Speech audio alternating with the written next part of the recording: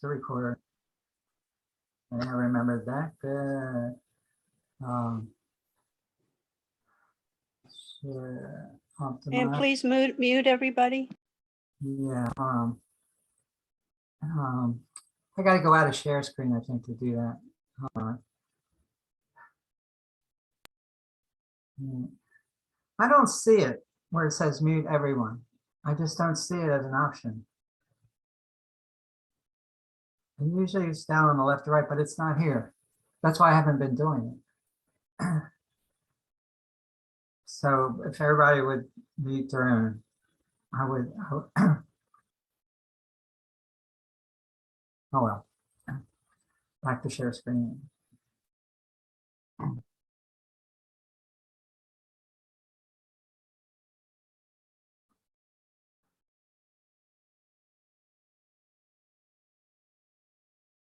We're going to look at a number of contemporary Asian American artists.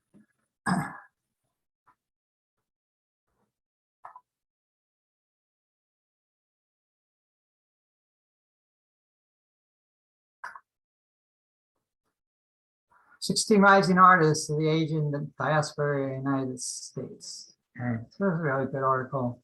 And we'll go through these. There's one or a couple of their artworks about each one. Okay. And this person, the first one, I really like. I like her work. Bamboo Chile. Actually, she moved to New Mexico already, but was from New York. I like her surreal. I'm going to show another website with her work. Kind of dream images.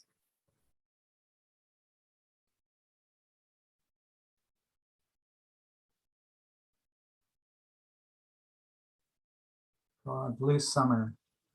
Oh, an ode to Matthew Wong. I want to cover Matthew Wong. So Matthew Wong was the rising star of Asian American painters, and he committed suicide at the age of 35, unfortunately. So, Ophelia, referring to Shakespeare's Hamlet, Ophelia in the tub. She's like 26, has become really pretty well known, has some, had one person shows all over the place. It's a different person. Okay. I got another site with her.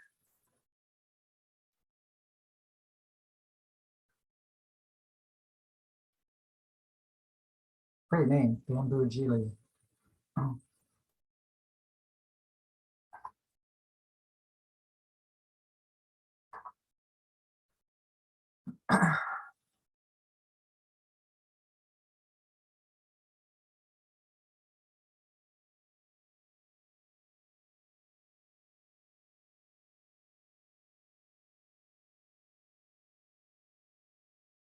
And these dark blues to suggest nighttime dreaming, kind of surreal quality to it.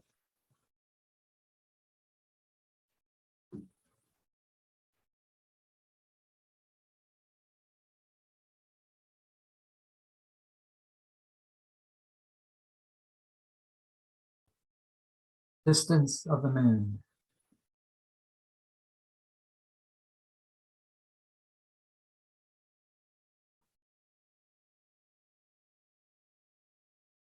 Everyone I know is just so tired. She said it's like during COVID.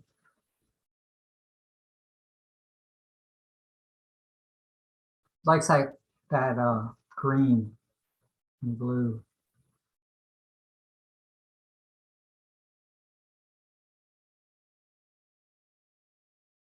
Fallen Moon Man.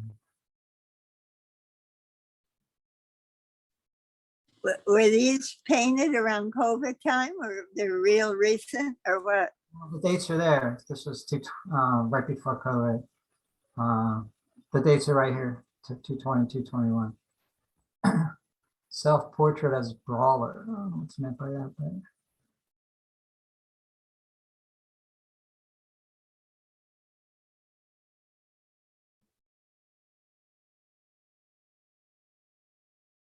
Entangled Life, 221, 2021. Underground Roots,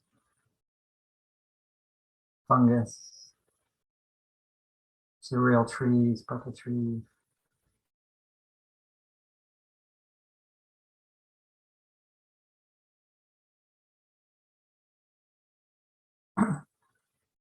This one's called Captain Vid's Wife. Don't know what that is. 2020.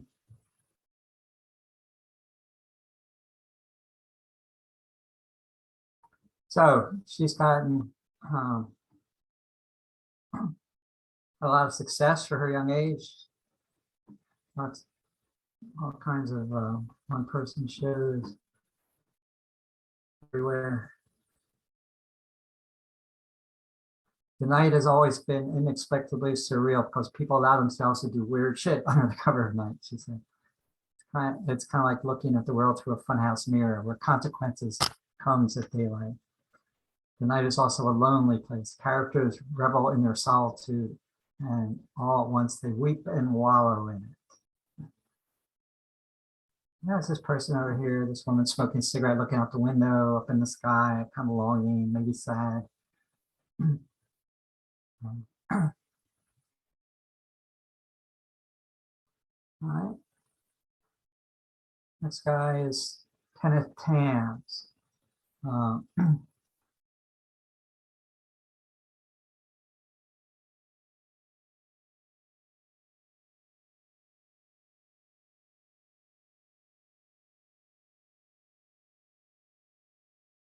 You can see his work here.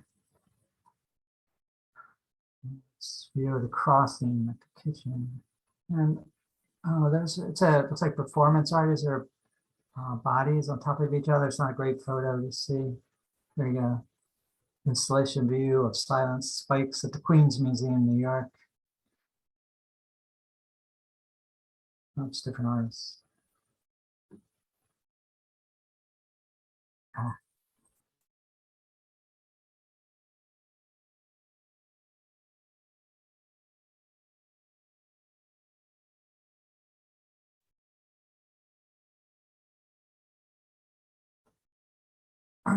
The crossing explores how Asian American has become a rather ambiguous and unstable description.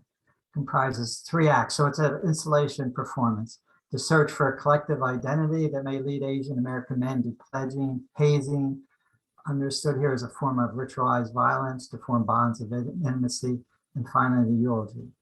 Although Asian American fraternities were first formed as support groups on predominantly white college campuses, they've largely maintained white masculinities, heteronormative values. Okay, so, all right, so he's looking down in that performance piece, how Asian college students, I guess, intermingle with white American values. All right, Maya Cruz Paraleo,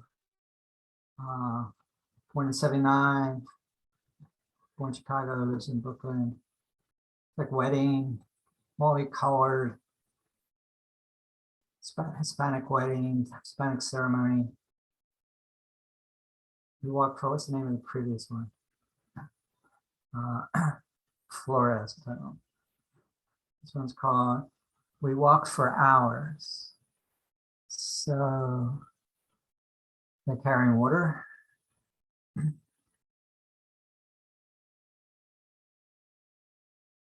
Glory of the Snow. What is she, from the Philippines? Maya Cruz. I'll tell you. Originally,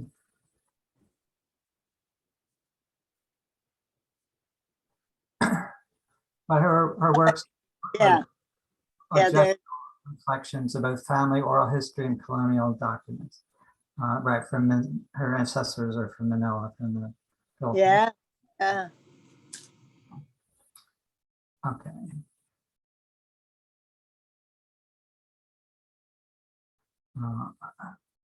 Kang Song Lee. This doesn't come across too well in the photos. He's a photographer, and you don't really get a good sense. So we'll kind of zoom by him. But can consider themselves a queer artist. So looking at that whole queer Asians in American culture, and seemed to be his theme. Yeah, they're drawings that you don't really get a sense of them from just a photograph. Oscar Hugh, born in England but lives and works in Harlem. Birds of a feather flock together. So it's interesting, you get the Hispanic look, but Americanized, cowboy hats, how it all kind of jumbles together in New York City, I guess. Same thing there.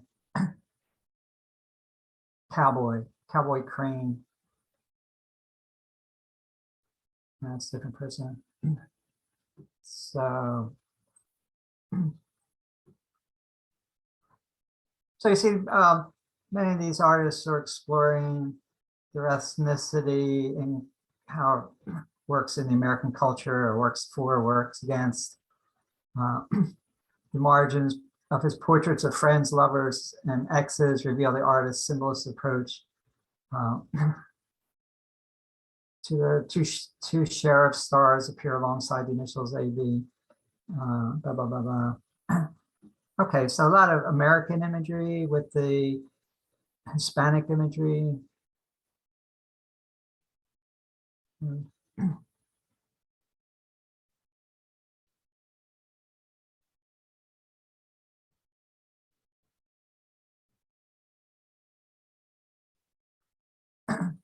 Chinaman 1 prominently features a poem connecting 19th century Chinese indentured laborers to contemporary Chinese immigrants working as Uber Eats delivery cyclists.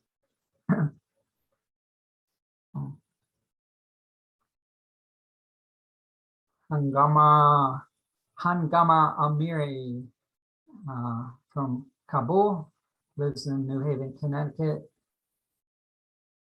So she's recreating these installations that are like markets in Afghanistan, bazaars, a recollection of home. Same samai maybe, and just again an installation of different types of soy sauces. Salmon head. Oh, that's somebody else. Okay, it's hard to know where that one is. What do you mean installation? Like this. It's not. It's a like sculpture.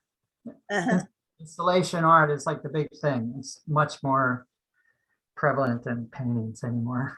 So installation, three-dimensional objects, arrangements that have it around the theme. Okay. Feeling could be combined with video art, sculptures, soft sculptures, hard sculptures. So you walk in, it's an immersion experience. You walk into the room and you're surrounded by, okay. It could be a single piece, it could be multiple pieces. Yeah.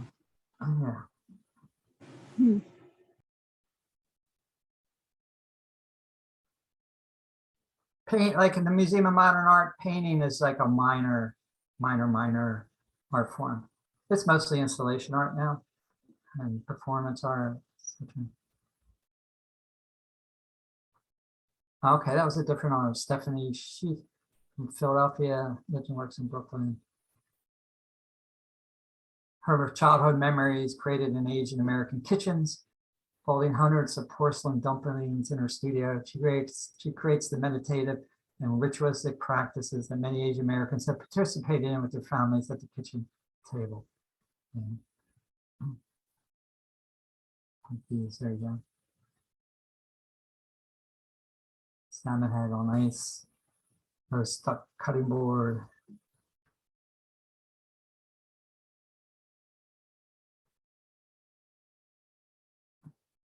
Susan Chen, Hong Kong, lives and works in New York and Connecticut.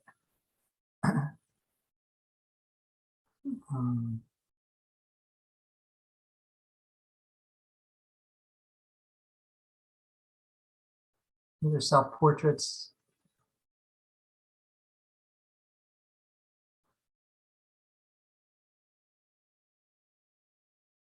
Black Lives Matter.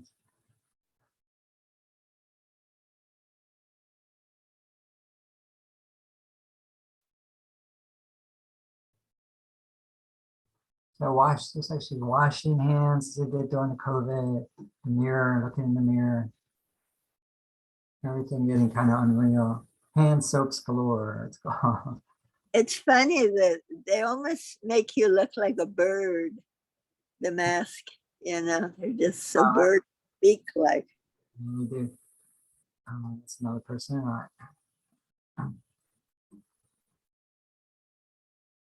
Could you lower your volume a little bit? Virtually, you're kind of loud. Dominic Fung, Ottawa, Canada, lives and works in Brooklyn. Okay, painted vessels inhabit physical space outside the picture plane. Okay, shared motifs are the recurring presence of cigarettes.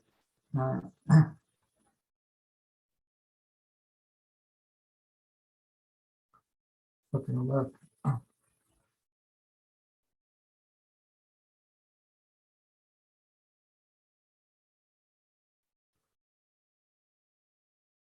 This would be an installation. It's on the walls, it's hanging from the ceilings. It's all one piece. It's not too polite to stare. I forgot to mention Erm and Dom, I don't know if they're here. Erm has a show of her shell work currently on exhibit at Brooklyn Gardens. Okay, she said she might be late today, but I just wanted to mention that.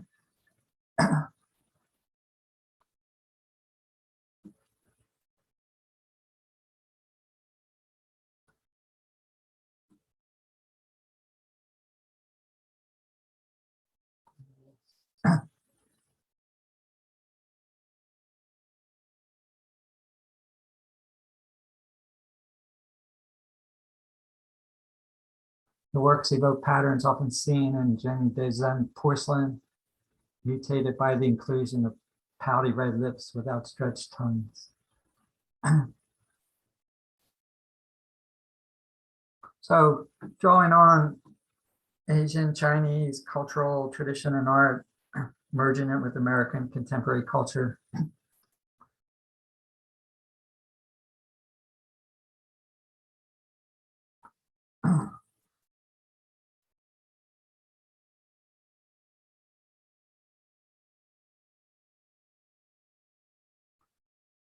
Looking steadily and intently.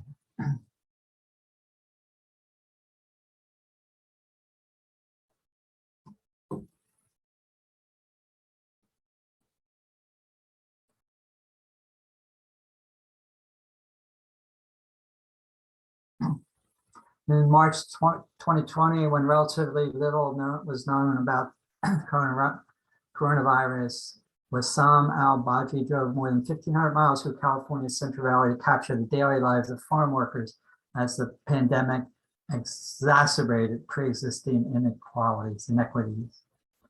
His ongoing series, Migrant Workers, is a result of his personal conversations with and photographs of the individuals and families who continue to feed America.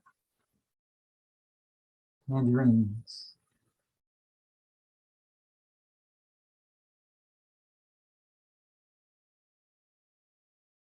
The green. Ooh, Valentina X. Okay, that's different ones.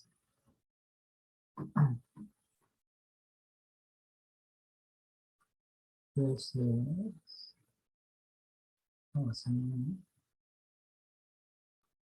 Timothy Lay from Malaysia, lives in Providence, Rhode Island.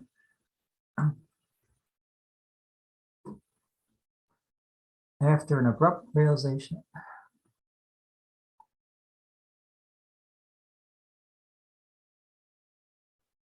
Untitled.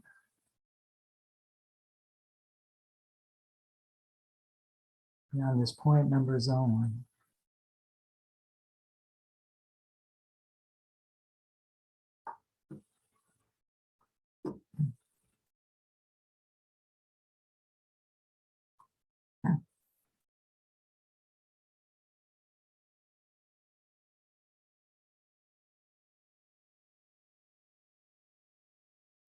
tinning and grays in these paintings bring out the point that in the system that we inhabit, nothing is pure and everything is always in service to someone else.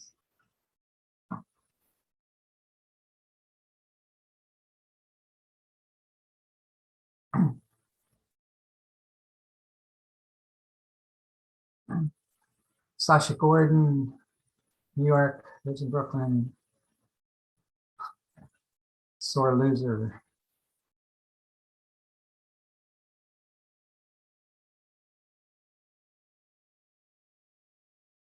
Bonfire. Fire reflecting in her face in the can.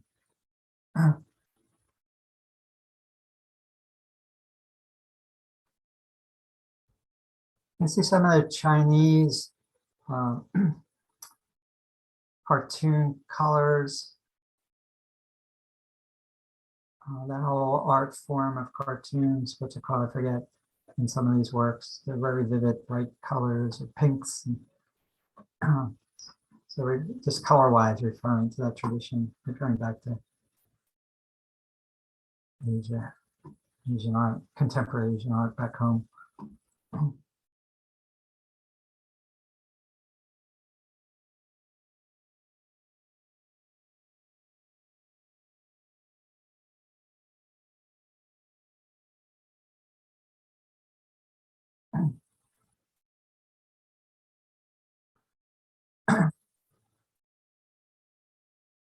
And let's see, one looks at companion smooth.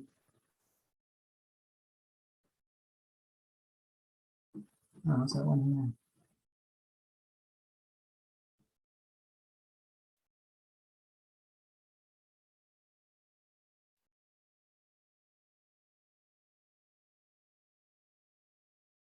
No, they didn't include it. And then they're talking about, okay.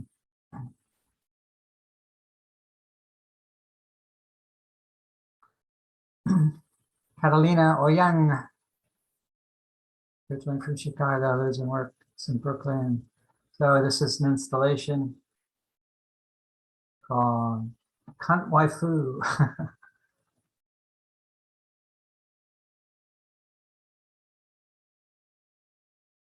Another one, the siren. Usually in installations, you get video, recordings, multiple things coming at you, multiple visually, audio.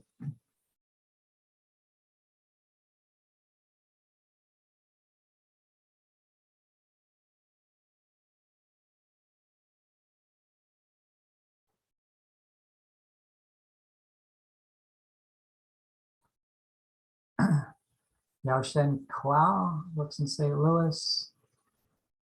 It's depictions of the Wild West. Asian cowboys run amok. The Asian man dressed like the Marlboro Man in a red flannel shirt, tan cowboy hat, and leather chaps grips a small deer by his thing. So these days, the Asian cowboy is becoming an actively explored character both in fine art and film. The Oscar-nominated Minari 20 tapped into this collective moment promoting the film. So that's interesting. Manga is the art form I was thinking of. Natural as Prometheus hating the birds.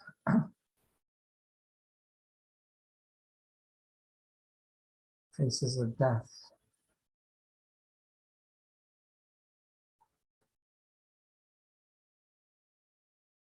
Funeral face.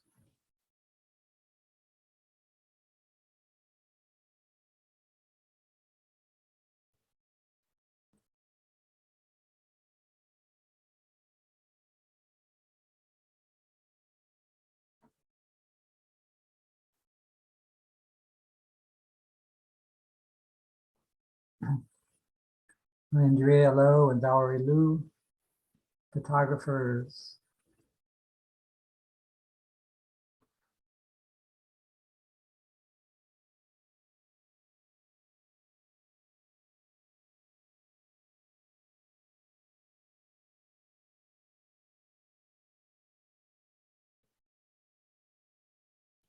Back to her. All right, that's it for that one. I think it's quite interesting presentation. 6 Asian artists are in our own words. It's called.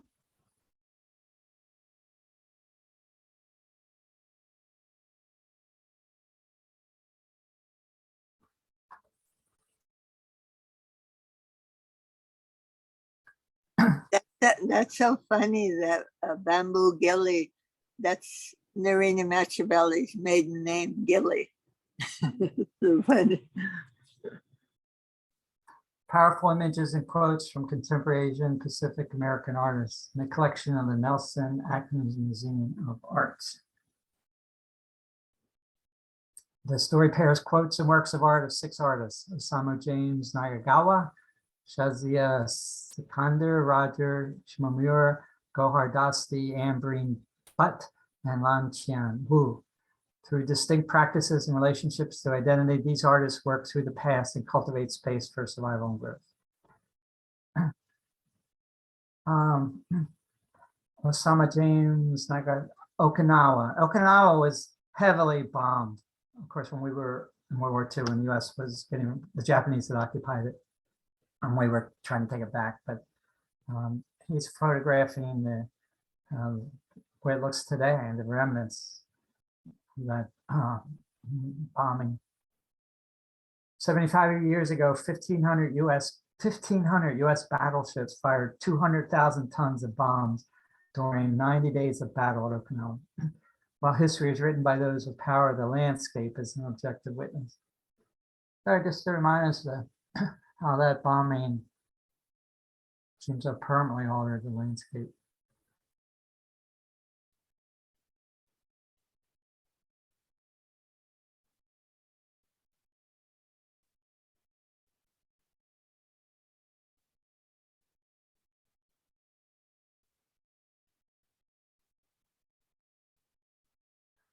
One is Shazia Sikandar, I am or am I not my own enemy?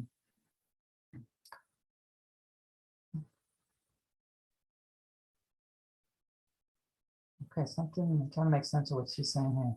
The narrows the metaphor for the immigrant and the artist whose job is to locate freedom within confinement.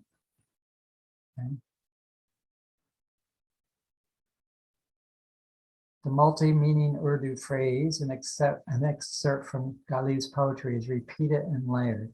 Okay, a play on rote. I was questioning the paradox of learning against the enigma of incompletion. Future resides in overlapping diaspora. So something about this traditional poem and the way it's using maybe a traditional script and the way it relates to migration.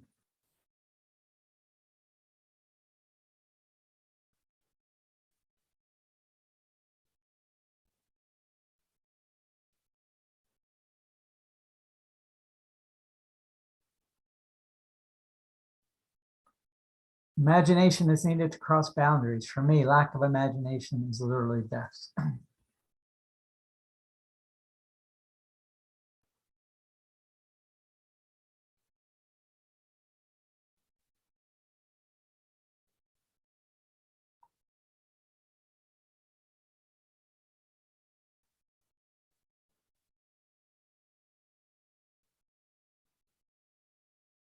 Roger Shimomura, Kabuki party. When I got to Kansas, my first teaching job, all of a sudden I was in a foreign country. Yeah, so there on the left is the Japanese manga type art, and there's Maryland American lipstick.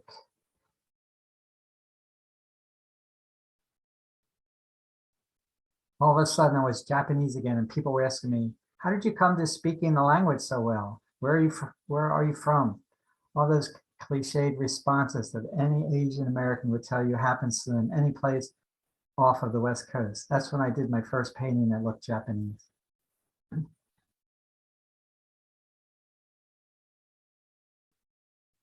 The Japanese art that I knew about or had seen were all Japanese wood block prints, and those were very pop. It's just a stylistic step sideways, really, from doing what this image.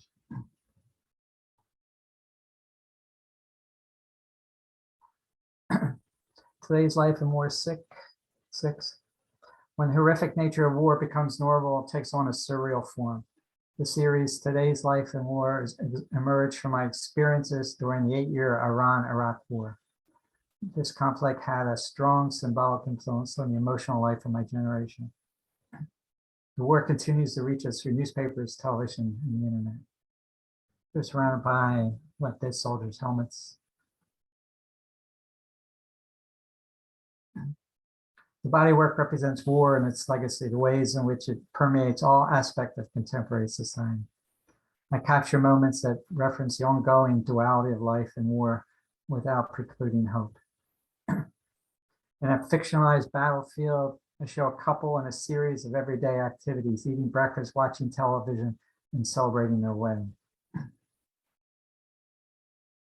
Totally relevant to the war in Ukraine. People trying to live a normal life there while they're getting bombed. Though they do not visibly express emotion, the man and woman embody the power of perseverance, determination, and survival.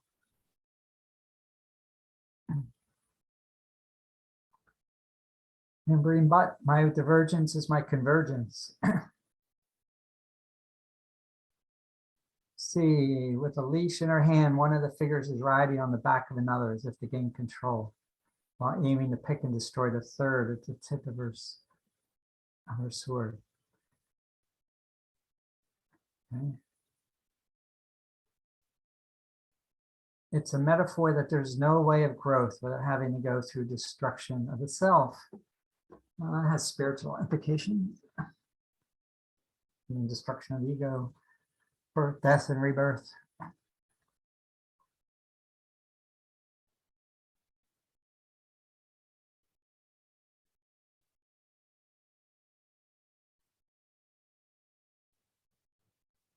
Maybe the past, present, and future, 3 figures there. Lan Chan Wu, Before the Storm. In this painting, each leaf has its own cycle, has its own unique shape and intensity, has its own path through the air, and will touch the earth in its own way.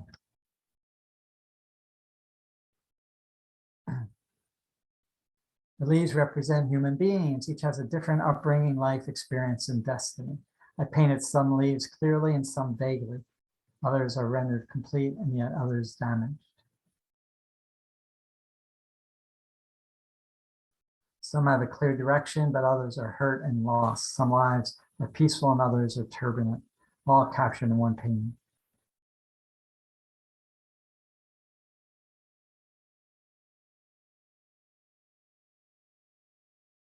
All right, that's those. So you see some common themes. They're universal to all humans. Some are just particular to what it means to be Asian and American culture. Each person's experience.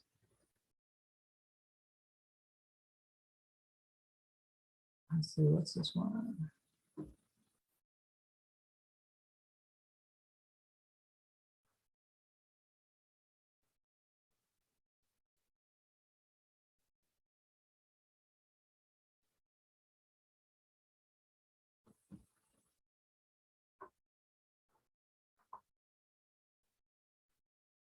These are self-portraits.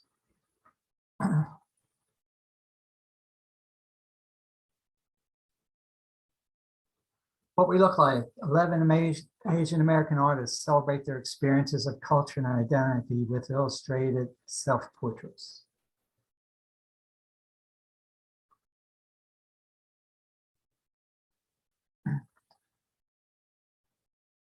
My parents are among many other Asian Americans' parents who cannot express their feelings or their love straight. Before I grew to understand that, I hardly felt loved. Instead of saying, good job, my parents would say sarcastically, I could be better. After I grew up and absorbed more American culture, I learned to be more expressive. And I started to appreciate my parents' subtle ways of expressing love. It's quiet, but it's stronger.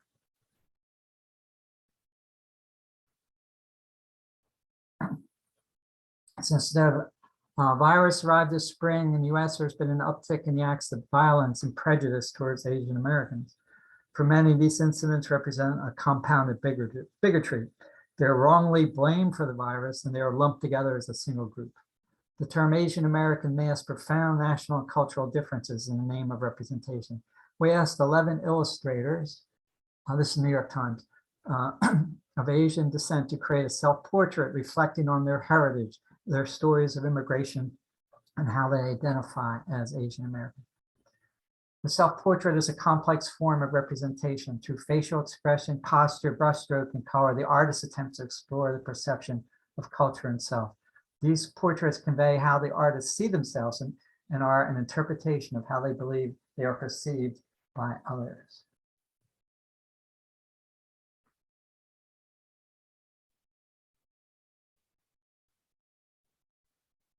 Gabriella Jaja.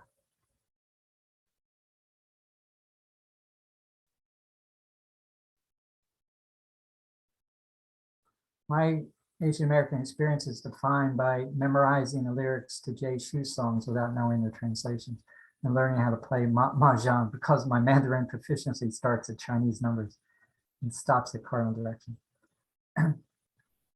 One's relationship to culture is never clearly defined. It ebbs and flows. It is constantly evolving. So she's an American born to Chinese Indonesian parents. Sally Deng.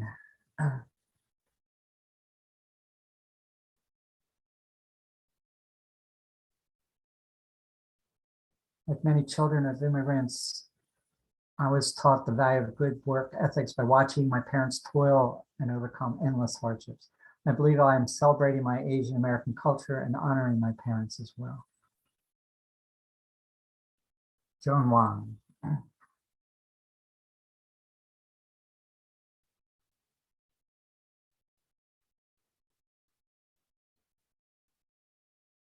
Public school was my first exposure to Western customs. I learned English in school and spoke Cantonese at home. I ate cafeteria peanut butter and jelly for lunch and rice for dinner. I don't remember a time where the duality of my identity was not on my mind. I felt a stronger desire to return to my roots. It's a shift I've witnessed not only myself, but in Asian Americans as a whole. In the last couple of years, we have become more visible and more heard. It has made me feel less alone and injected me with more pride.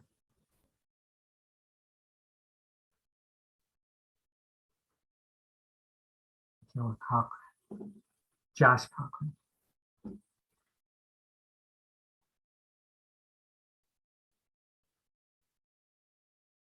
My mother is Chinese. My father's American. I spent my childhood on the tropical island of Taiwan. Years later, when we moved to the States, I would become obsessed with how others would perceive me. In many ways, these memories growing up in Taiwan really formed my identity and left a strong impression on who I am today, even after making my own path all these years later. My identity has become one of the things I've thought about my entire life. This is Roru Kuo.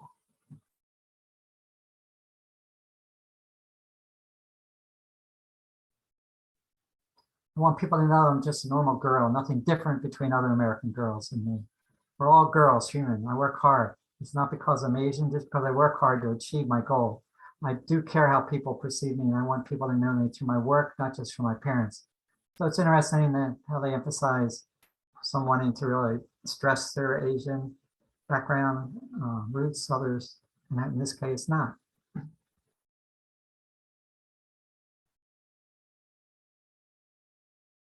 We did a collage. Hashin Akira Barucha. I relate well to my Japanese friends who live in the US because most of us have spent more time here than in Japan. And we have conversations about the cultural adjustments we have to go through. I do use my speaking skills in Japanese manners to make people feel comfortable. But when I do any work-related projects there, I feel comfortable in bringing in my Western side by firmly expressing my opinions. The Japanese people who moved here are able to connect to the whole world instead of staying inside a small island culture. Fernandez, somebody early Fernandez.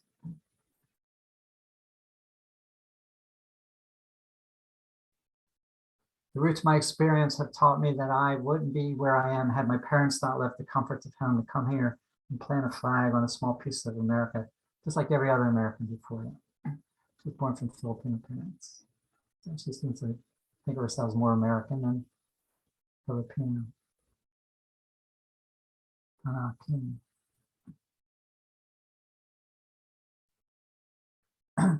Being an immigrant kid came with certain challenges, but I think about how easy I have it compared to my parents.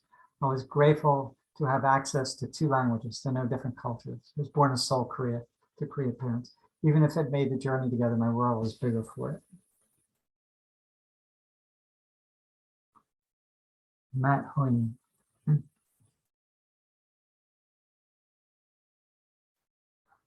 Born in Australia to Vietnamese parents and migrated to the US. When I encounter specific and authentic examples of my family's culture as Vietnamese and migrants in my life today, it feels both like a homecoming and a vulnerable exposure. As first generation Vietnamese, Australian, and American, I identify and experience the world as a migrant from a family of migrants living with the far-reaching repercussions of war. Radu Shin. As an Asian American, I was constantly attempting to assimilate into communities that would invariably exclude me. Amongst my white American peers, I would always be a representation of a different culture. To my peers in Korea, I was a foreigner who just happened to look like them. I was a foreigner to them, and they were foreigners to me. Yeah, that's what happens. I feel I don't fit in anywhere anymore. All right, so that was a good New York Times presentation. So, with that overview, I want to talk about Matthew Wong. I'm going to talk, the rest of the class today is going to be covering 2 Wongs, Matthew Wong and Tyrus Wong. Matthew Wong, and I hadn't heard about him until recently. He just exploded into the art world around 2015, 14, 15. And then he committed suicide at the age of 35, I think in 2019. But his art is just really caught on in my collectors in New York City, MoMA, around the world, going for millions of dollars. So probably of all the Asian American artists right now, he's the most sought after.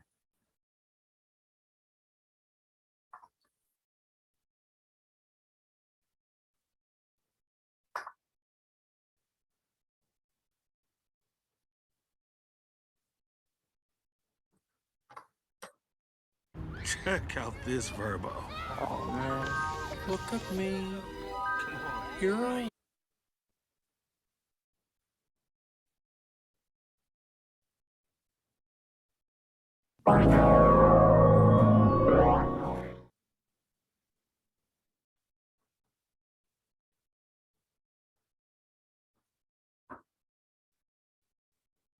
Sound.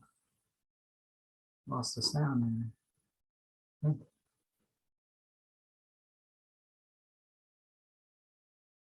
Sorry, again, let me get the sound. Huh. All right, maybe this doesn't have sound. Notice he's using pointillism, just mixture, not doing entirely that, but you see a lot of these dots, a bit like pointillism. A lot of his paintings have that dark blue nighttime feel, like Bamboo Gilly does.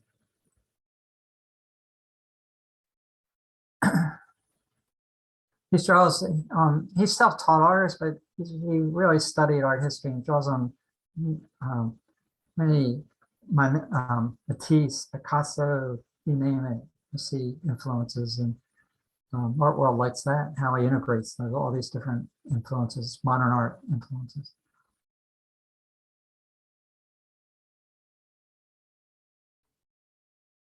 Really prolific. He does 1,000 paintings in a couple of years of work.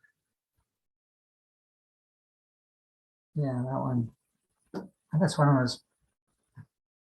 It's one of his better known paintings. forget the name of it.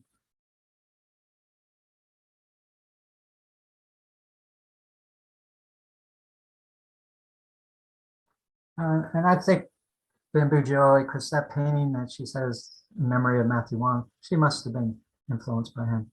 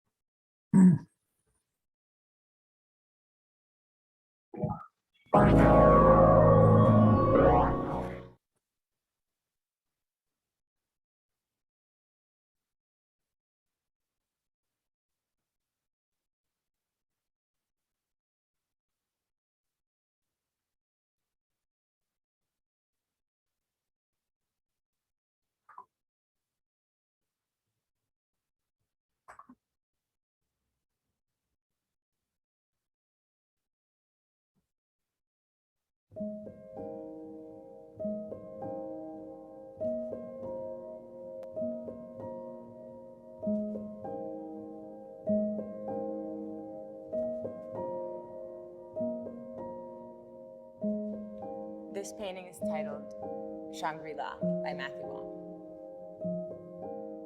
Shangri-La, which is already an imagined utopia.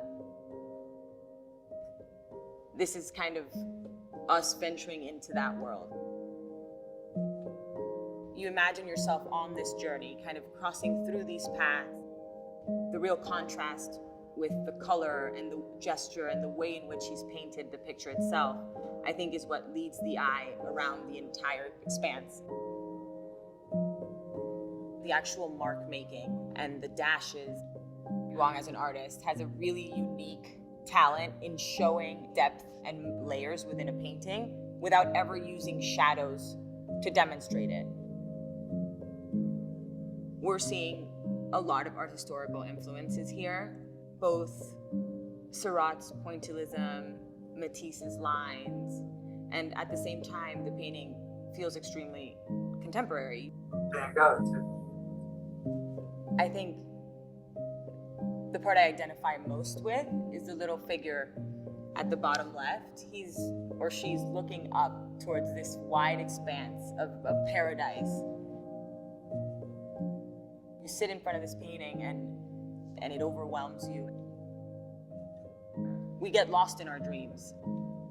And this painting makes me feel lost in the best way.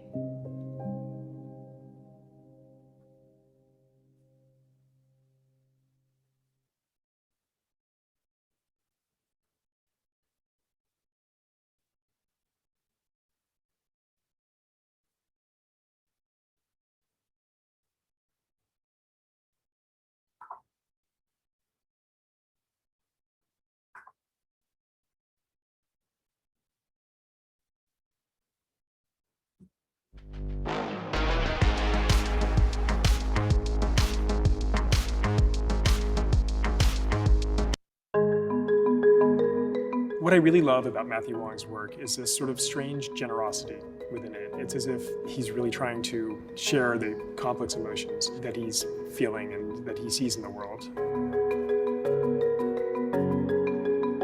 Wong painted A Dream in 2018, the same year as his first solo exhibition in New York City at Karma Gallery. The work was made shortly after Wong returned to his native Canada from Hong Kong, where he had been studying in 2009 and had been working as an artist ever since. The way in which it is painted is so spontaneous, yet the elements are also so controlled. You have a dramatic sky, which is painted in these very vivid, bold, horizontal stripes of color. There's a figure resting beneath a tree. In the distance is a coastline, presumably the ocean, possibly a lake, and you can see the water rushing to shore. I think this really speaks to the artist that Wong is probably looking at most. Artists such as Van Gogh, Redon, Birchfield, artists who really are immersed in landscape and who really tried to capture the mystery and the magic in the world around them. Interestingly, Matthew Wong was basically a self-taught artist who had learned by immersing himself in art history, but also by directly interacting with artists, critics, art historians on social media. There are a great many influences in Wong's work, and to me, he's at his very best when the landscapes are almost hallucinogenic and the viewer truly becomes lost in the compositions.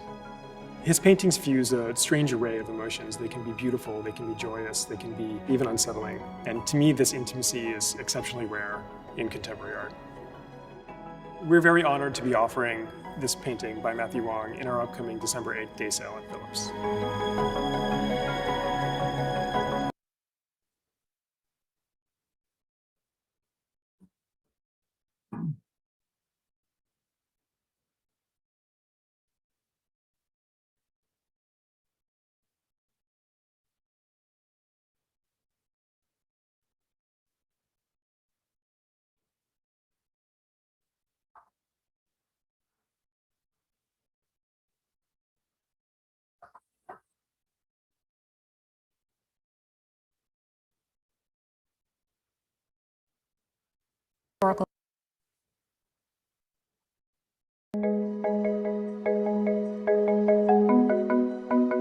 What makes the artist's work so captivating are these universes he creates, which are distinctly his own, but create so many touch points for the viewer to latch onto from their own experience. So while we look at a lot of the art historical allusions for this piece and we think of European modernism, he has broken down the barriers of how we look at that art and where it sits and how we consider it.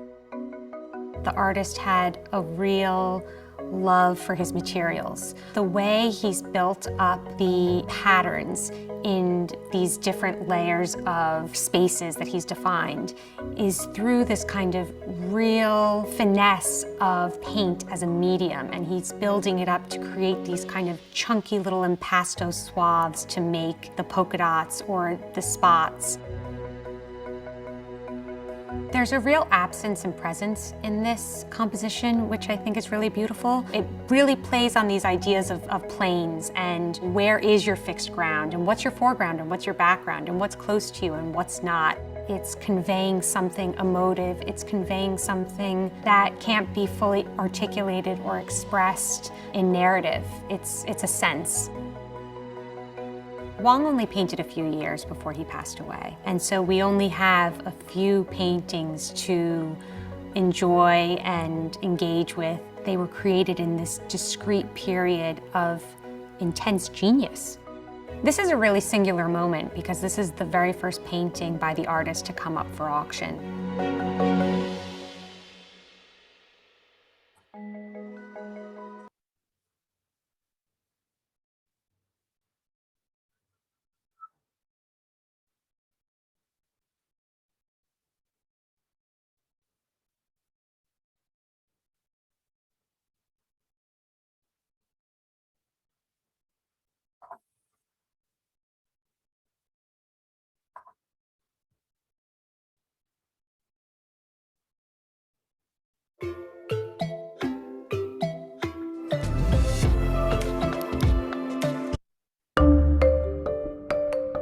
Few painters in recent memory have had as large an impact on contemporary art as Matthew Wong.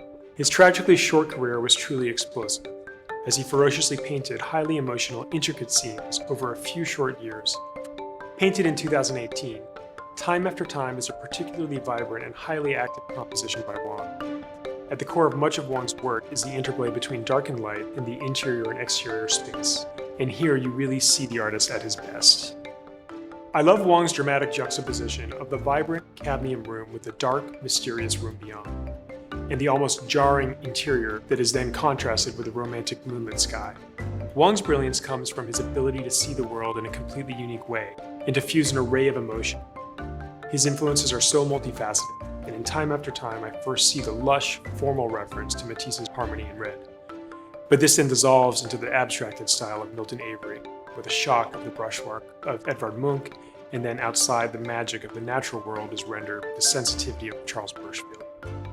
Matthew Wong's work has only just become the subject of a major museum exhibition at the Art Gallery of Ontario, and Phillips is honored to be offering time after time at this crucial moment when Wong's work is becoming more and more central in the discourse around contemporary painting.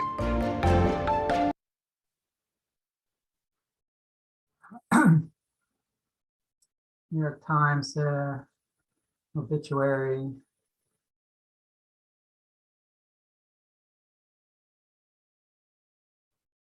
He was troubled. He had yes. He had Tourette's syndrome, suffered from depression. Know that. That's like, whoa.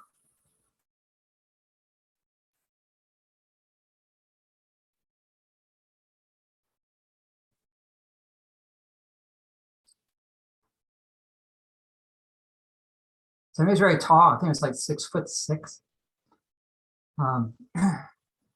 He'd been painting and drawing seriously only since 2013.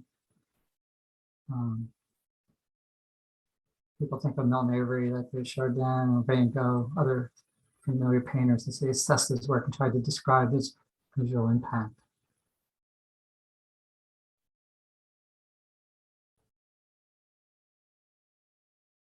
And that. See you on the other side, oil and cans. That's a beauty.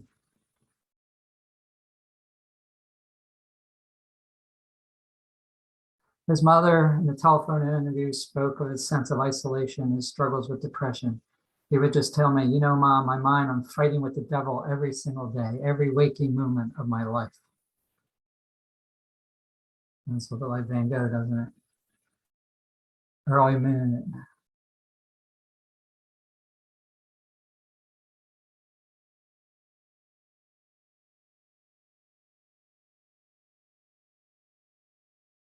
He was born in 1984 in Toronto. He earned a bachelor's degree in cultural anthropology at the University of Michigan. Somewhere around 2009, I took a photograph of a still life of my grandfather's bedroom with my Nokia E87. It's the first thing I remember doing out of my own creative volition. Wow. Wow, look at that. Winter's End, 2019.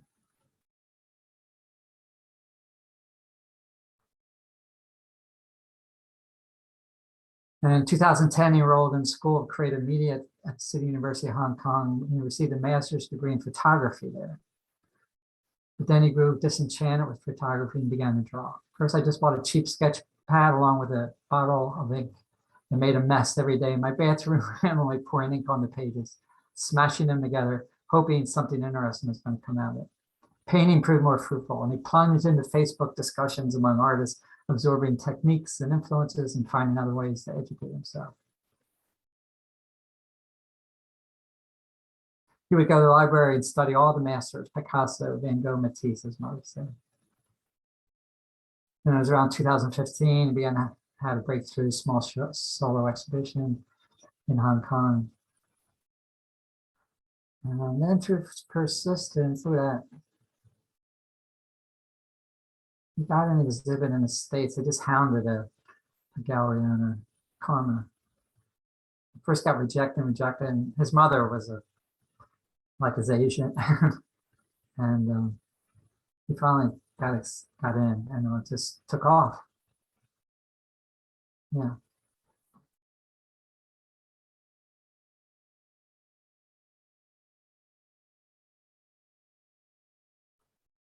So here's a selection of his paintings. I'll start in the middle, 17 minutes. Not gonna watch the whole thing, but I'll start towards the end. It's just to music, horrible music. I'll put the music down low. The music is really inappropriate for these. particular videos, paintings. See that? Let's throw it on there.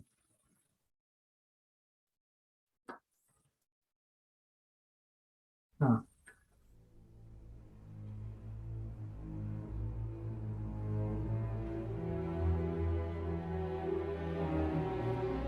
Planes.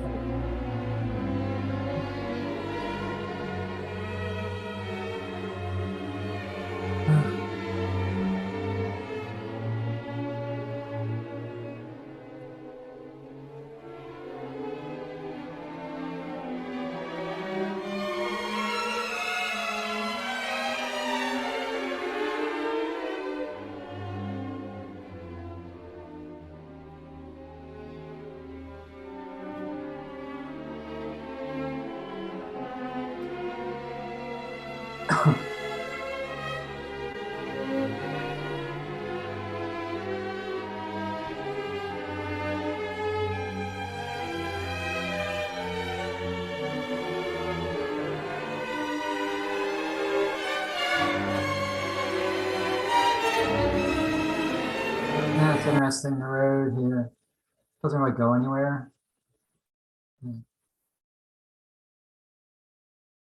It's symbolic in that way. It's kind of leaves you off.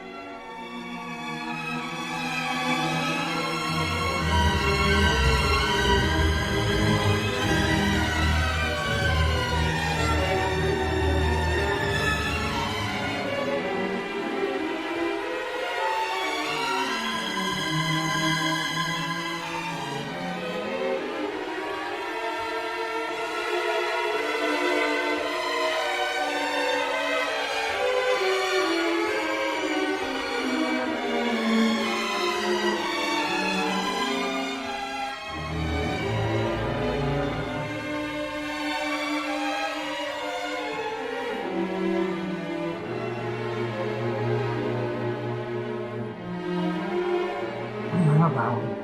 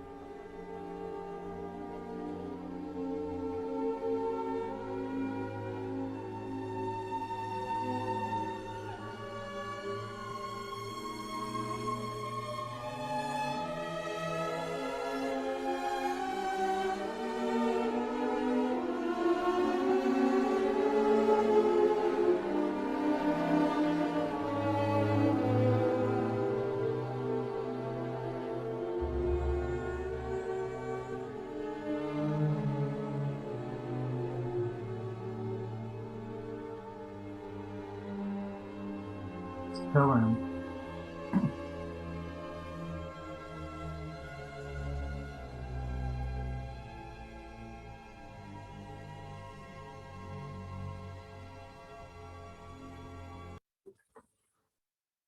Let's see something here.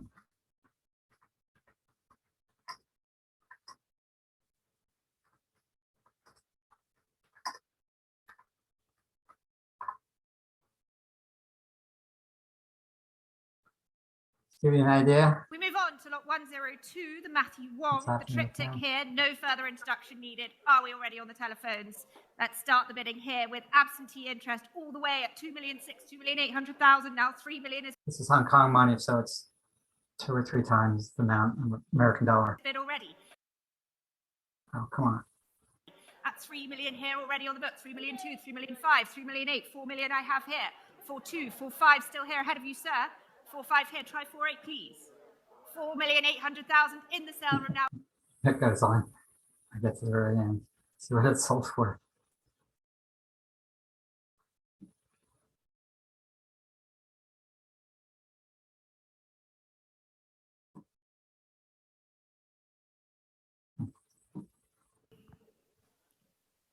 Elaine has it at 9.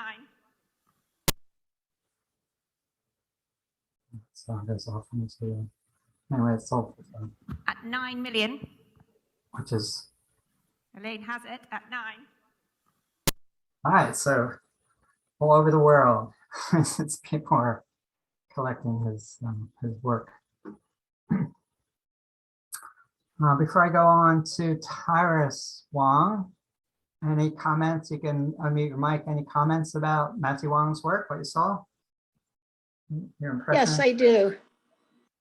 I feel like this was amazing. I've never seen his work before, but yet I've seen his work before. There's so many other artists in him. Yes. I just think he's dynamic. I'm so sorry he died. Oh, but wow. You know, you see Rothko, you see Van Gogh, you see so many. Oh, I know. They're all but one- it's his own, you know? Oh, he takes them all and integrates them in his own way. You can see exactly. So Exactly. did he commit suicide or what? Yeah, he commits suicide. Yeah. Oh, wow. I think he jumped off a building. His He mother- jumped off a building? I'm pretty sure. Did you say? Oh, Yeah, I think- but you know what? That's part of him too, isn't it? yeah. It's part of all the ones that I love that that's happened. His mother Yeah. fully devoted to promoting his work and keeping his work alive in the studio, and she always was. She always was his mainstay because he struggled emotionally his whole life, and she was there for him. And then you can imagine how devastated she was when he killed himself. But she's just, Oh. it comes through in that article how she's just her whole life, and now it's just Sure, promoting his work and absolutely. preserving his work, preparing his studio. Yeah, but Your you're life right. is so complicated. The way he integrated all these different, but in his I own, know. you can see Matisse in it, but it's not Matisse. It's right in the room. No, it's not them, but it's him. Yeah, exactly. But it's like he's been looking at art all his life. And I don't think it was like, oh, today I'm going to look like Van Gogh when I do something, or today I'm going to look like blah, blah. I don't think so. I think it's all coming from him. Yeah, definitely. Amazing. So, yeah, so it's funny. I hadn't heard about him until about 3 months ago. I just stumbled on. Oh, gosh, I never heard of him. Yeah, but he's hot. He's like the hot item for collectors now. And you see where he's going for. Wow. Anybody else? Everybody's overwhelmed by him, I think. Hope so. All right, so Yes. let's go on to another one, Tyrus one. He's a motion picture illustrator. That's a whole art form. You know, I guess I don't know if they do it now so much with digital movies and films being made more and more digitally, and they don't need an actual illustrator to do drawings so much. I'm not sure. I think they probably less reliant, but it used to be up until digital filmmaking that they had someone. Every studio, every film had the illustrator was given a script, and say, draw this scene, draw that scene. And so it gave the director a visual sense of what he wanted. And of course, the illustrator's working in conjunction with the director, or maybe the writers. But sometimes he creates the look, the feel of the film. Sometimes he's just going by what they tell him. So as Lee said, this Tyrus Wrong created the look of Bambi. You know about that. But he's an incredibly talented artist. So let's spend a little time with Tyrus. A wonderful guy. He died a few years ago. He was 106. He's a delightful man too, you'll see. And then he got into doing Christmas cards that became popular worldwide, and ceramics, and also kite making towards the end. These amazing kites. There's PBS did a whole documentary. You know, I was hoping to show that, but it's no longer available. No insurance? No. But if you can subscribe to PBS American Masters, there's one on Tyrus Wong, and it's really good. I think this bit is all right. Come on, yeah. No problem. Book today and let us do anything to make you smile.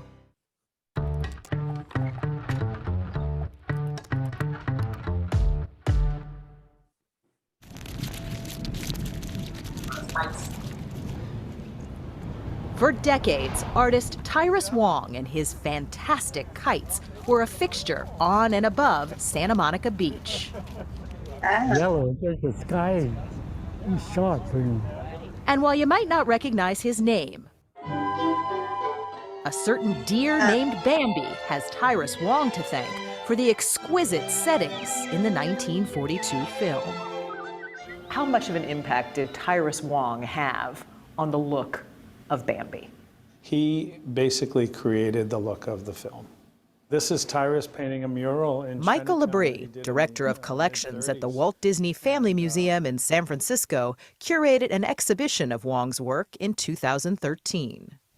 Everything you see on the screen, the other artists were trained to draw like Tyrus for that film.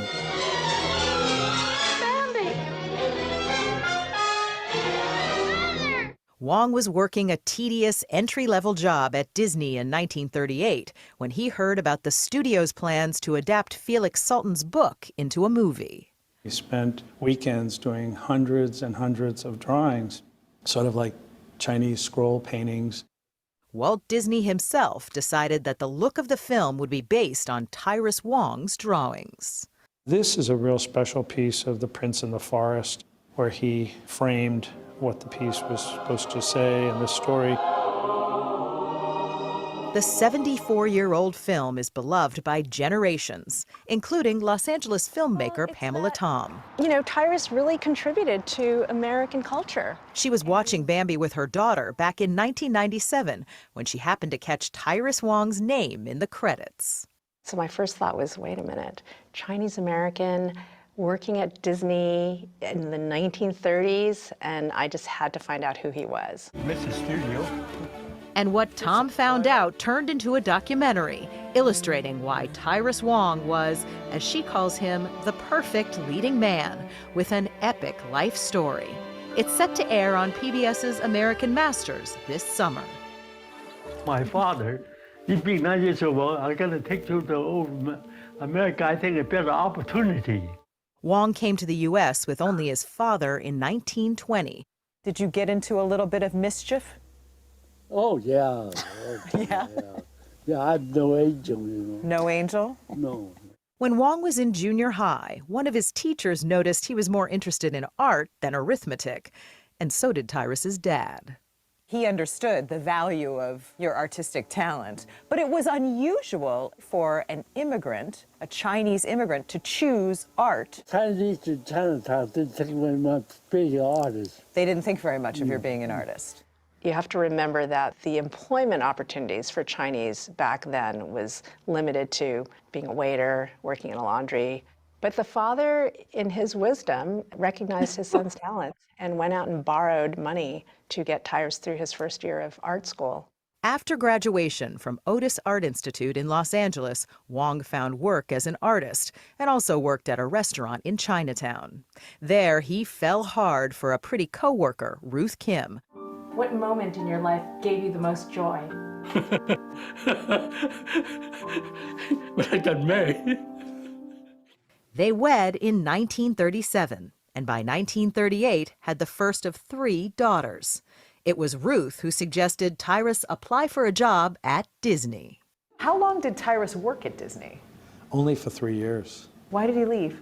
It was to do with the strike. Wong was let go after many Disney animators went out on strike in 1941, a full year before Bambi was finished. I read that even after Bambi was made, it was so successful, and so much of it was because of his artwork. Walt Disney never even met Wong, never went out of his way to thank him because he was Chinese, pretty much. I would think, yeah. And his contributions to the film were minimized. Yeah. When you talk to him, though, there's absolutely no bitterness. That really reflects Tyrus's personality. It's not to say that he didn't feel racism or injustice, but he really picked his battles and just tried to not dwell on it. Wong then spent 26 years at Warner Brothers, where he helped create the look of dozens of films. I think Paul Newman. Paul Newman, Shelley Winter. Probably, yeah. Always mindful of providing for his family, he also designed Christmas cards on the side. Kim Wong is Tyrus's youngest daughter. We would go into the department stores, my sister and I would go, and we'd find his album and always put it on top where people would see it. One of Tyrus's designs sold over 1 million cards. The only time Tyrus stopped working was when Ruth got sick. He spent 15 years caring for her until she died in 1995. They were married for over 50 years. He was really just devoted to caring for her. Ruth never got the chance to see her husband celebrated for his work. Our next legend had a brief but impactful Disney career. But in 2001, Disney honored him as a legend. This side signature. Someday it worth a lot of money. 75 cents to $1. And though it took the world a while to acknowledge Tyrus Wong, We can put up a centipede. Yeah, try it. Today, like the kites he created, his reputation continues to soar. And it's such a beautiful metaphor for his life. You know, because after he retired, he was fishing, and he says, you know, with fishing you look down, but with kites you look up. Always looking up.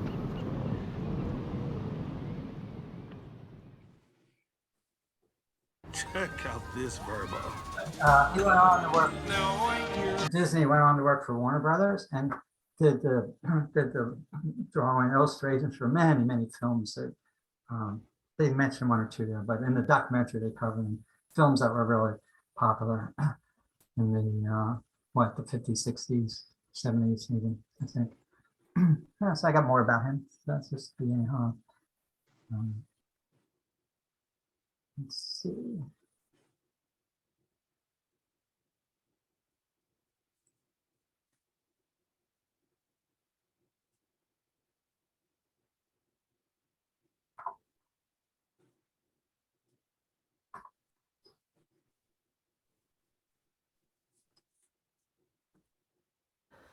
This is opaque watercolor, and then that's strictly watercolor, and I did a lot of pastel too, you know. Like Disney Studio had a lot of my pastel. I did hundreds and hundreds of these. So at home I did a lot of sketches like that and showed to Tom Cartwright, you know. And he said, gee, you said you're in between departments. I said, yeah, I think we put you in the wrong place. How would you like to, you know, develop an atmosphere, creating an atmosphere for Bambi. You know, I was mainly a landscape painter, so I thought that was great. You know, right. Chinese, as far as the painting is concerned, a painting is a poem. A poem is a painting. Mm-hmm. See? And then we, in Chinese painting, we're always thinking about distance. Everything is distant. You know, go way back. But the Occidental painting is everything is, you know, 3-dimensional, pull out, you know, so away from the canvas. That's entirely different. See? And you know, the Chinese landscape always very poetic in feeling, right? Like a fisherman, a lonely fisherman, you know, sitting in a boat, thing like that, or else a philosopher sitting by a pine tree, you know, writing poetry, something very, very poetic.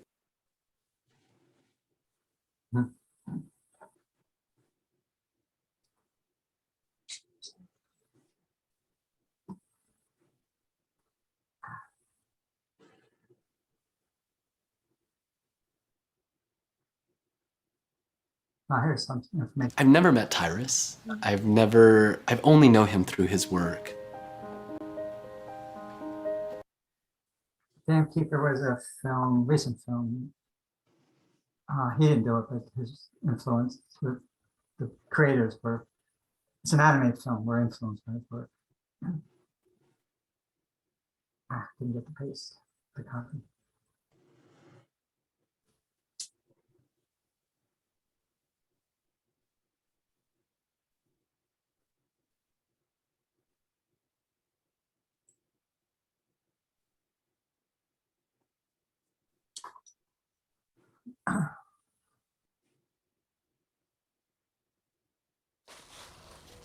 It's a sketch for the picture Harper with Paul Newman showing this. You know, I had to make this sketch to show the director, you know, so they can go ahead and build the set. This astrology bit, but obviously without much success. Any astrologist in particular? This one is from Wild Bunch by Sam Peckinpah, the director.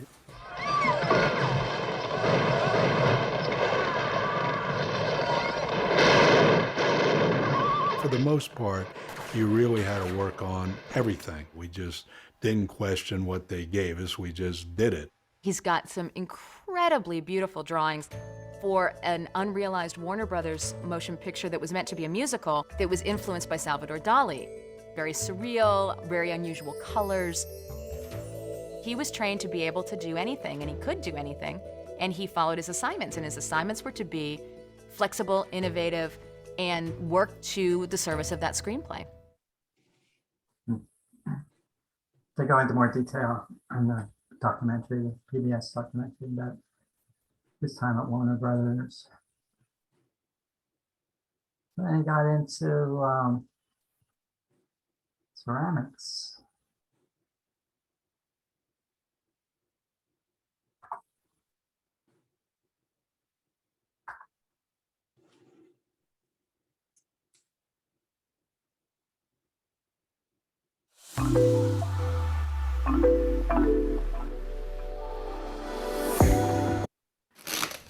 Well, we can look at more things maybe you haven't seen in a long time. Yeah. Something else which I think you may have forgotten.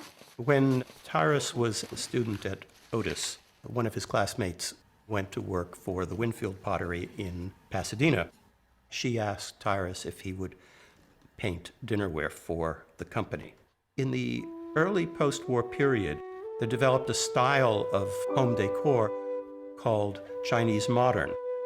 And Tyrus's dinnerware would fit perfectly in a home with that style.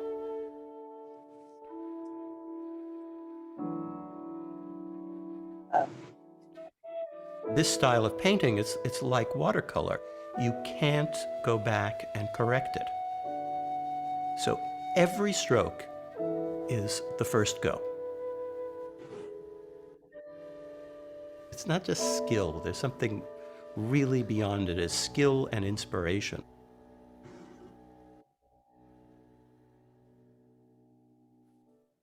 I was still working at Waterbury, you know, at the job. Sometimes I paint on Saturday or else at night after I threw with Waterbury studio, I went over and paint till, you know, till about 10 o'clock at night or something.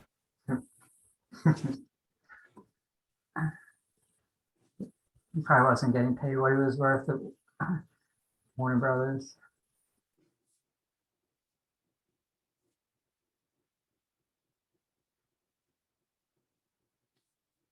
Welcome to Stave Draws. I'm Stave, an illustrator and animator, and in this video I'm going to do a review.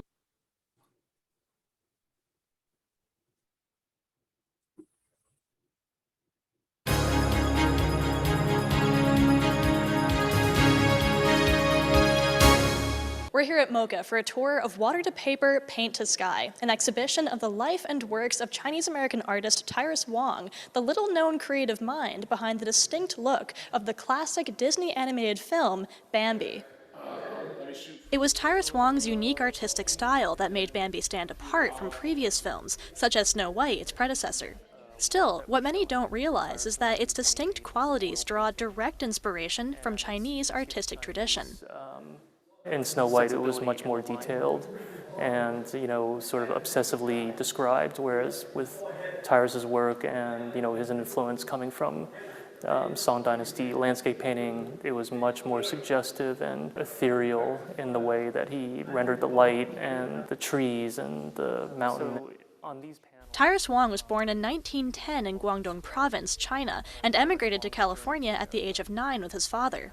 Trained at home by his father in traditional Chinese arts, and at Otis College in Western arts, Tyrus's unique artistic language and sense of color attracted the attention of Walt Disney when, while working as an in-betweener doing the grunt work of the animation studio in 1938, he produced several small illustrations of his own, inspired by the script of Bambi.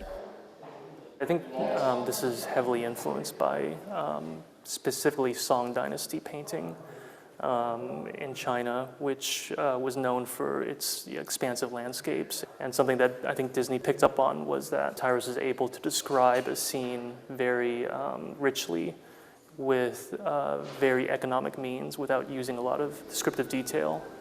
It was evocative and suggestive. Bambi isn't Tyrus's only claim to fame. The exhibition also features several illustrations Tyrus made while working as a production illustrator and sketch artist for Warner Brothers in the 1940s. The exhibited pieces, which range from paintings to concept art to the kites he began handcrafting in retirement, were borrowed from several lenders, including Tyrus's family and the Disney Museum.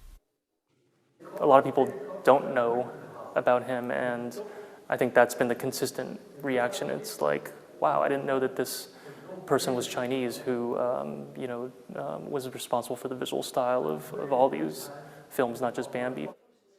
At the Museum of Chinese in America, the hope is that Tyrus Wong will serve as an example of the multitude of ways in which Chinese Americans can succeed in American society, and without necessarily having to shirk their Chineseness to get there.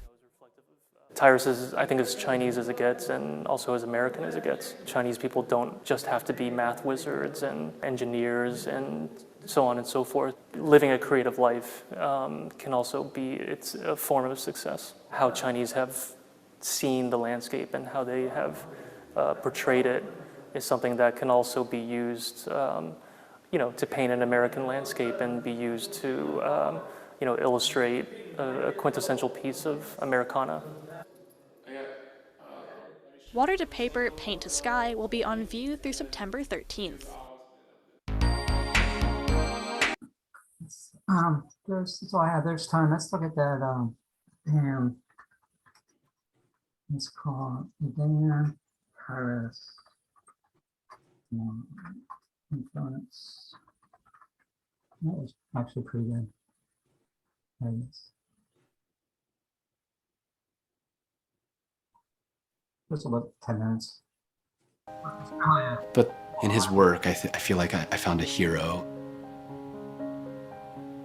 Just because he grew up in the States, he didn't adapt to become a regular American painter. He very much kept his sort of heritage, through his art. And that is very encouraging for Asian artists working in the West. In all of the work that I do, and all of the work that we do at Tonko House, that both Dice and I do, that's the highest level, is to be able to say so much with so little. And I think Tyrus was a master at that. The moment of them drawing together in the bathroom, it's a different execution, but I think the way we let the background just fall off, because just emotionally they're in it together, they're not necessarily thinking about anything outside of their friendship.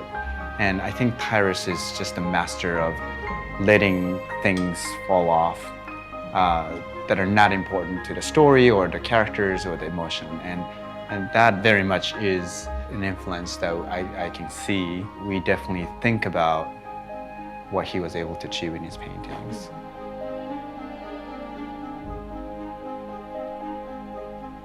The fact that there was this possibility that as an Asian American I could actually go out and create work that potentially millions could see was this kind of like moment of like zooming out and being able to see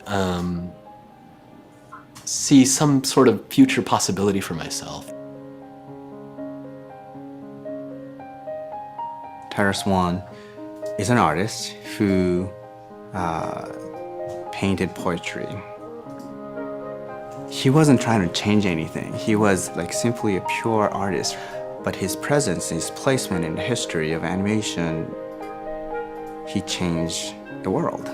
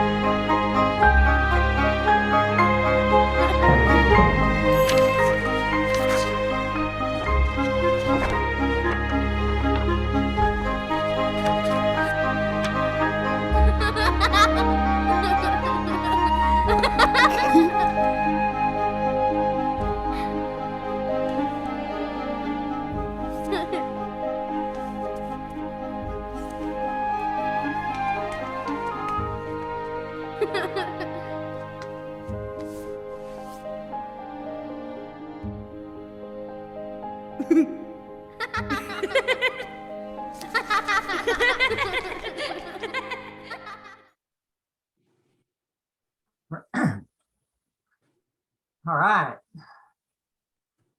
That's all I have today. So that's a good animated film. I like that one. You can unmute your mics if you want to talk. So we get a knife. It's probably quite. What's am I still on? I find it's smoke coming up. Remember the time? Smoke coming. There you go. Okay. Mute your mic if you want to say anything. Unmute your mic. Sorry. Hi, Dinah.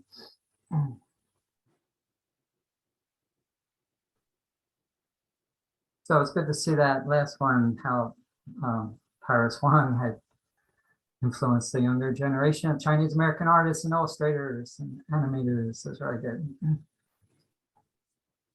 Had anybody, I know, Rosalie, you've heard of Tyrus Wang. Anyone else had ever heard of him? No. Okay. Yeah. How many of you have watched Bambi as a child? So just about everybody, yeah. There you go. But when you see his biography, watch it on, there was a lot of prejudice. And so I think when he first started at Disney, one of his bosses or somebody in another department came in and just started racially abusing him for no reason at all. Just, you're Chinese American, and I don't know why you're even working here, blah, blah, blah, blah, you know. Yeah.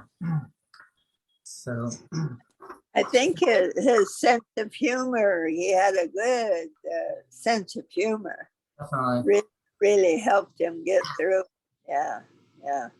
Just very Yeah. loving. You could tell he's very devoted to his wife. He Yeah, was pretty buoyant. yeah, good human being. Yeah, really talented. So And anyway, Also, he had a good nurturing home life. He loved his wife and his Yeah. children. You know, I mean, he went through a lot. well, his father, he didn't see his mother from the time he was 6. I mean, it was his father and him went to America, to the West Coast, and mother stayed back in China. I don't know if he didn't see her again until she was an adult. So that was, yeah. And his father was gone a lot because his father had to work 2 jobs just to survive. So he was on his own quite a bit. Yeah. So it was real struggles to survive back then. Yeah. Yeah, this inspiring. Yep. So that animated cartoon, he did that cartoon. At the end? Yeah. No, that was some young animators, Chinese American. Yeah, but I love animation. I think it's kind of nauseating, Disney animation, but when there are animation festivals, I just get thrilled. I used to love seeing those in California. Yeah. You know, it went to sameness. It was sameness. Yeah. Yeah. No, there's some really original Yeah. work being put out now. Just the way they whole did that pastel like quality on that film. Yeah. Well, Yeah. all the pastels, yeah, and soft, yeah. All right. So I think next time I'll do Afro-American contemporary artists. Wow. This was fabulous. Yeah. And I'm sure there's others I missed. I was focusing more in the beginning of contemporary artists. There must have been other Asian American older artists who I missed, but you can only cover so much in one class. So, all right, great. Let's see you all on Are you going to do Jonathan Green? I I love Jonathan Green. let me write him down. I'll make point. Yeah, Jonathan Green, Green. All right. Yeah. contemporary African-American artist. Okay.